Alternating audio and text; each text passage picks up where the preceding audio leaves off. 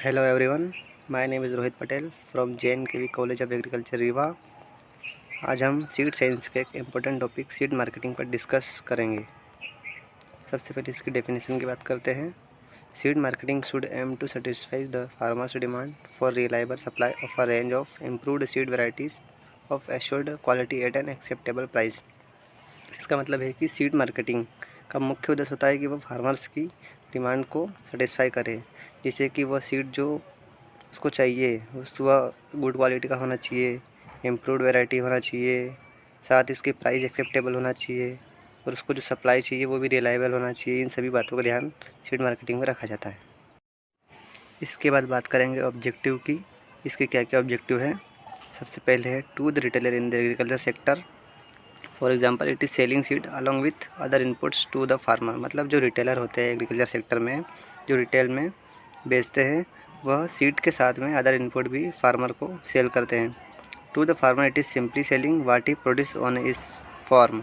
मतलब यह एक सिंपली सेलिंग है जो कि फार्मर अपने जो फार्म पर प्रोड्यूस करता है उसे सेल करता है।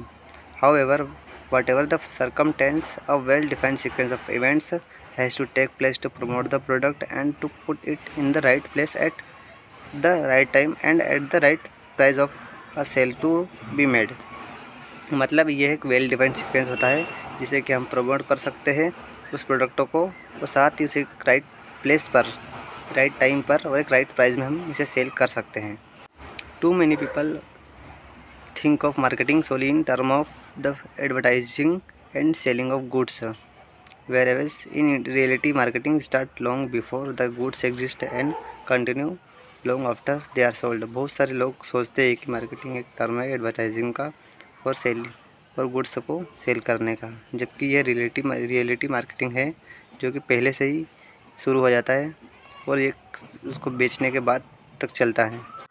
लास्ट में बात करेंगे therefore for the marketing process to be successful the farmer consumers need must be satisfied the companies objective must be realised.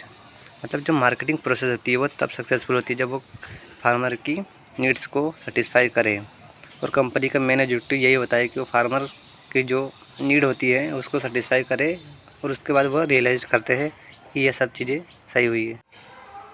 उसके बाद बात करते हैं मार्केटिंग स्ट्रक्चर कि मार्केटिंग स्ट्रक्चर क्या होता है और ये कैसे काम करता है। इसी में है सीड डिस्ट्रीब्यूट सिस्टम। मतलब सीड को डिस्ट्रीब्यूट कैसे किया जाता है, किन तरीक़ों से किया जाता है, इन सभी की बात हम आगे करेंगे। Seed distribution can be carried out by government, public sectors agencies, cooperatives and the private sector channels for seed marketing में भी डिस्क्राइब्ड एज। मतलब जो सीड डिस्ट्रीब्यूट होता है वो किन तरीक़ों से होता है इसमें बताया गया है, जैसे कि गवर्नमेंट द्वारा, पब्लिक सेक्टर एजेंसीज, कोऑपरेटिव और जो प्राइवेट सेक्टर है वह सीड को डिस्ट्रीब्यूट करते हैं। और इसी में दिया गया है सबसे पहले डायरेक्ट डिस्ट्रीब्यूशन, जो कि डायरेक्ट मतलब सप्लाई द्वारा कंज्यूमर को डायरेक्ट सप्लाई किया जाता है। तो supplier has direct contact with the consumer. मतलब जो सप्लायर होता है वो जो किसी को सीड सेल करता है डायरेक्ट, उसी कंज्यूमर के साथ में वो डायरेक्ट कॉन्टैक्ट में रहता है। A high level of service and the customer support can be maintained. मतलब जो सप्लायर होता है वो कस्टमर के साथ में डायरेक्ट कॉन्टैक्ट में रहता है, जिससे सर्विसेज और कस्टमर सपोर्ट भी अच्छे से मेंटेन होता है।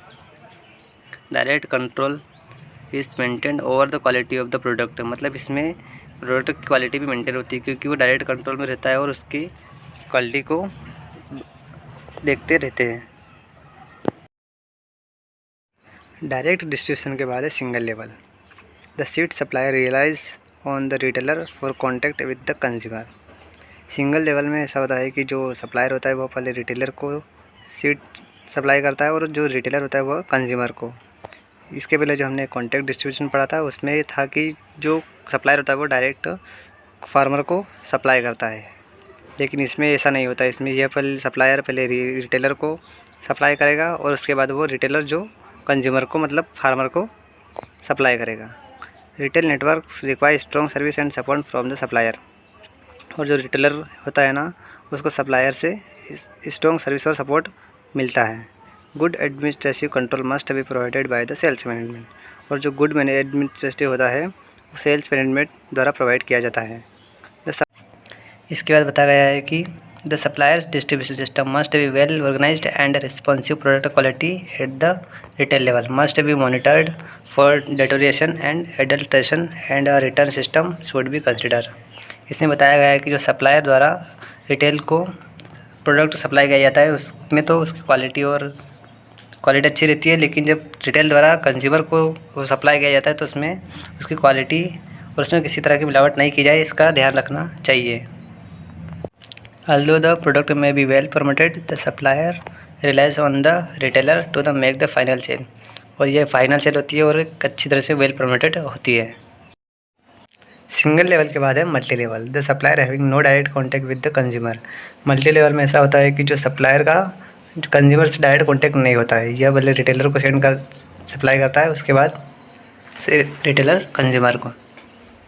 Product being strongly promoted in order to create demand, supplying seed to the distributors in sufficient time to achieve timely availability at the retail level। इसमें यही बताया गया है कि प्रोडक्ट की डिमांड बढ़ाने के लिए स्ट्रांगली प्रमोट किया जाता है और जिसके बाद रिटेलर को सप्लाई किया जाता है। इसके बाद है source of seed available to farmers. कितने तरीके से फार्मर्स को यह सीड अवेलेबल किया जाता है।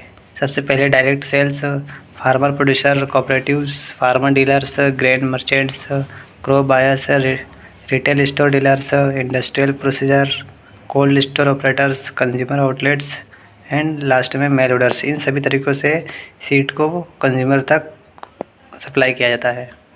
इसके बाद है द प्रमोशनल एक्टिविटीज़, कि इस प्रोडक्ट को किस तरीके से प्रमोट किया जाता है। सबसे पहले advertisements, sales promotions, personal selling, publicity and public relation extension. इन सभी तरीक़ों से प्रोडक्ट को अच्छी तरीके से प्रमोट किया जाता है।